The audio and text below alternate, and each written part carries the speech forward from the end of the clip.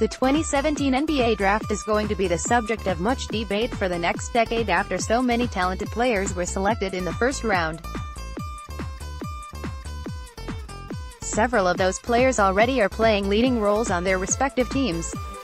The four best players from the 2017-18 rookie class right now are Philadelphia 76ers point guard Ben Simmons, drafted in 2016 but was a rookie in 2017-18 due to injury, Boston Celtics forward Jayson Tatum, Sacramento Kings point guard De'Aaron Fox and Utah Jazz guard Donovan Mitchell.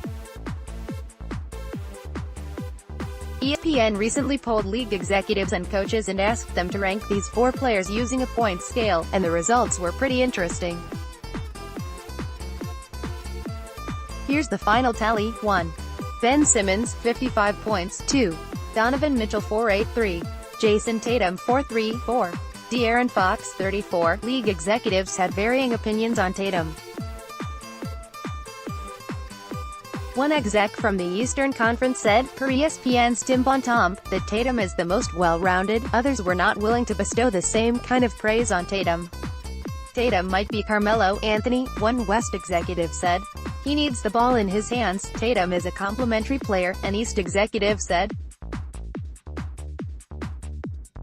There's enough evidence to show Tatum is not merely a complementary player. After all, he led the Celtics in scoring during the playoffs last season, and they ultimately came within one win of dethroning the Cleveland Cavaliers and reaching the NBA Finals. Tatum also was Boston's best player when it defeated the favored Philadelphia 76ers in a 5-game conference semifinals series. He averaged 23.6 points over the 5 games and outplayed Simmons, who had a horrible series, by a wide margin.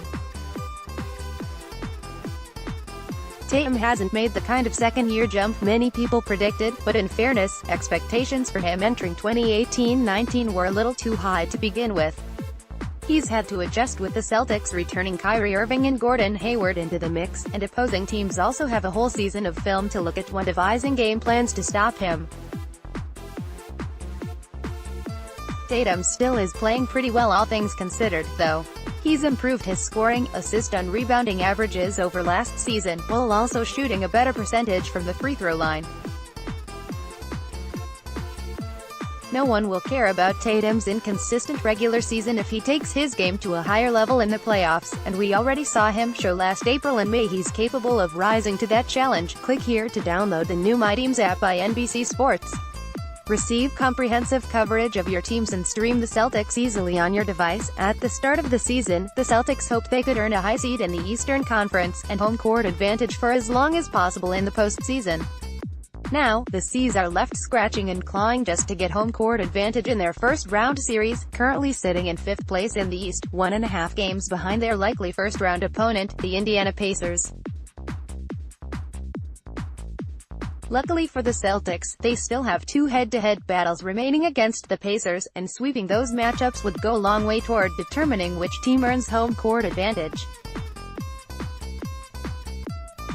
But here's the catch for Boston: Indiana isn't the only opponent with a lot to play for down the stretch. Of the Celtics' remaining 5 opponents in 7 games, all but one feature a team still battling for playoff position. With that in mind, a Sherrod Blakely surveys the scene for the rest of the regular season and looks at what's at stake for both the Celtics and their opponents. Click here for the gallery. Greater than. Click here to download the new My Teams app by NBC Sports. Receive comprehensive coverage of your teams and stream the Celtics easily on your device.